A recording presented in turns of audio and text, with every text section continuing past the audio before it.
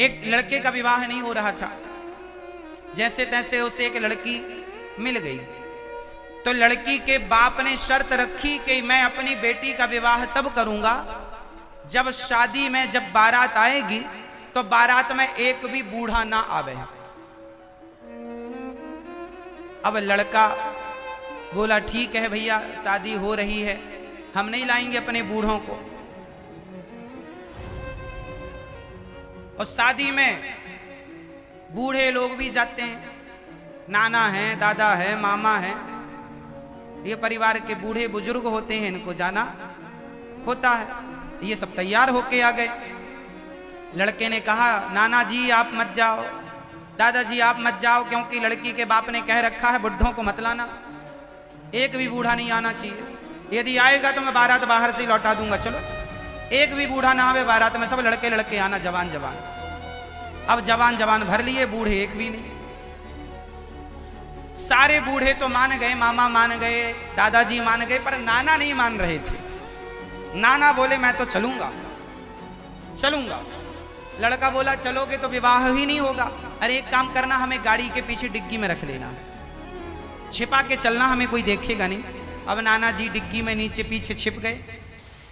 बारात पहुंची, लड़की वालों ने देखा कि कोई बूढ़ा नहीं है। दादाजी नाना जी उतरे ही नहीं गाड़ी से, डिग्गी में बैठे दबे। अब लड़की के पिता ने देखा कि कोई बूढ़ा नहीं आया, सब बच्चे बच्चे आए, जवान जवान। अब लड़की के बाप ने दूसरी शर्त रखी। लड़की के बाप ने लड़के से कहा कि ये बगल में नदी बह रही है, यदि इस नदी में पानी की जगह तुम दूध की धार बहाओ, दूध बहा दो, दूध की धार ऐसे पानी की तरह बहाओगे तो मैं अपनी बेटी का विवाह करूंगा। यदि कर सको तो मंजूर है तो रहो, वरना बारात लो वापस जाओ। अब लड़के सब परेशान के भाई नदी में पानी की जगह दूध कहां से बहाएं, संभव ही नहीं है। सारे लड़के परेशान हो गए और सारे लड़के बोले अब तो विवाह होगा नहीं, चलो बारात जैसे आई वैसे वापस। सारी बारात वापस जाने लगी तो लड़के ने कहा जब वापस चल ही रहे हैं, शादी तो हुई नहीं, तो नाना जी को डिग्गी से निकालो। नाना जी को निकाला गया डिग्गी से। नाना जी ने कहा क्या हुआ? लड़के ने कहा नाना जी, लड़की के बाप ने कहा है कि ये नदी में पानी की जगह दूध बहाओ। अब कैसे पानी की जगह कोई दूध इतना सारा बहा सकता है, कहां से दूध लाए? अब वापस चल रहे हैं, आप बैठो।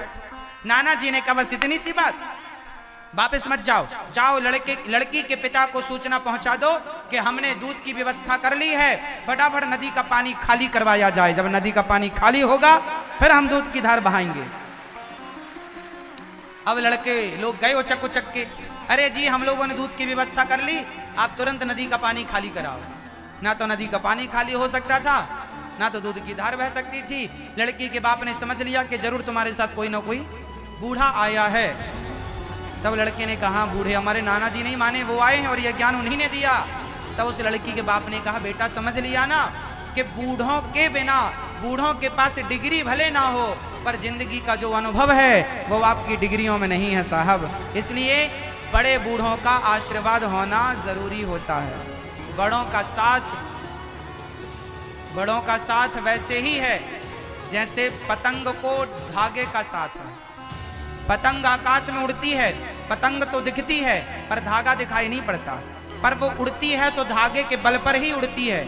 उसी तरह हम यदि आकाश में उड़ रहे हैं, तरक्की कर रहे हैं, तो कहीं ना कहीं उसमें हमारे बड़े बुजुर्गों का आशीर्वाद, उनका प्यार है। इसलिए आपके जीवन में उनका आशीर्वाद, उनकी दुआएं, उनकी मेहनत, उनका वो वचन दिखाई पड़े ना पड़े, सुनाई पड़े ना पड़े, लेकिन बड़ों का आदर सम्मान रखना, क्योंकि कभी ना कभी कहीं ना कहीं उनकी बात काम जरूर आती है।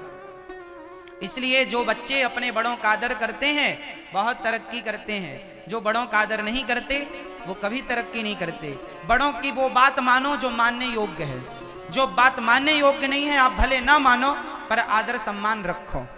जो बात मानने योग्य है वो मान लो, जो बात मानने योग्य नहीं है, आपको लग रहा है कि यहाँ पर ये बात गलत हो रही है, तो बड़े बुजुर्गों की हर बात जो मानने योग्य है वो मानना चाहिए। नहीं मानने योग्य है हाँ हूं करके उनके सम्मान को बनाए रखो। अपमान ना करो, बस। अमित पचौरी जी, गुरु जी जिनके विवाह नहीं हो रहे हैं वो क्या करें? वो पीपल की पूजा करें, सवेरे जल चढ़ाएं, शाम को दिया जलाएं। 21 दिन तक आपने नियमित रूप से सवेरे दिया, शाम को सवेरे जल, शाम को दिया जलाया, तो निश्चित आपके यहाँ शादी विवाह का उत्सव फिर चालू हो जाएगा। संजू भारद्वाज जी, और पीपल की पूजा कोई नित्य करे तो उसके जीवन में खुशहाली आनंद आएगी। आप रेगुलर पीपल में दिया जलाओ और रेगुलर जल चढ़ाओ तो निश्चित आपके घर में खुशहाली आएगी। पीपल बहुत पॉजिटिव एनर्जी देने वाले हैं, भगवान का वास पीपल में। अंबर कुशवाहा जी, गुरुजी घर से क्या खा पी कर निकलें शुभ होता है, कार्य बन जाता है? जब भी घर से निकलें तो क्या खा के निकलें? हमेशा गुड़ या मिश्री खा के निकलना चाहिए। कहा तो ये भी जाता है दही खा के निकलना चाहिए, दही भी शुभ है। दही खा के निकलें। दही उपलब्ध ना हो तो मिश्री या गुड़, गुड़ सबसे बेस्ट।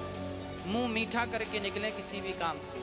और जब भी घर से निकला, कोई बड़े काम के लिए जा रहे हैं तो थोड़ा सा गुड़ रख लें और जैसे ही दरवाजे से बाहर आएँ तो दक्षिण दिशा की तरफ गुड़ फेंक दें। और गुड़ फेंक करके दिशा को मीठा करता हुआ आप आगे चलें तो आपके जीवन में सफलताएं होंगी। जिस काम के लिए जा रहे हैं काम निश्चित होगा।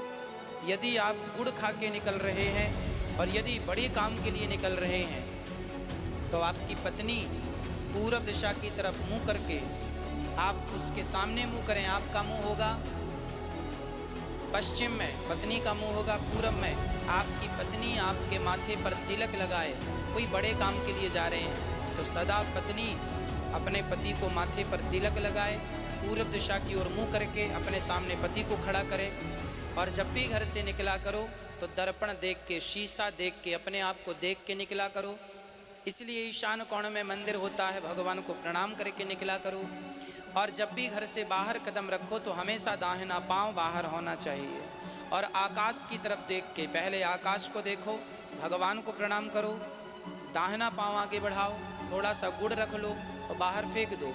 ये छोटी छोटी टिप्स जो होती हैं यह हमें पॉजिटिव कर देती हैं और आपको सफल बना देती हैं, है ना। जब भी आप घर से निकलेंगे थोड़ा सा गुड़ आप बाहर फेंकेंगे, इसका साइंटिफिक भी है। बेचारी चींटियाँ खाएंगी, चींटियाँ गुड़ खाएंगी तो आपका यश बढ़ेगा, कीर्ति बढ़ेगी।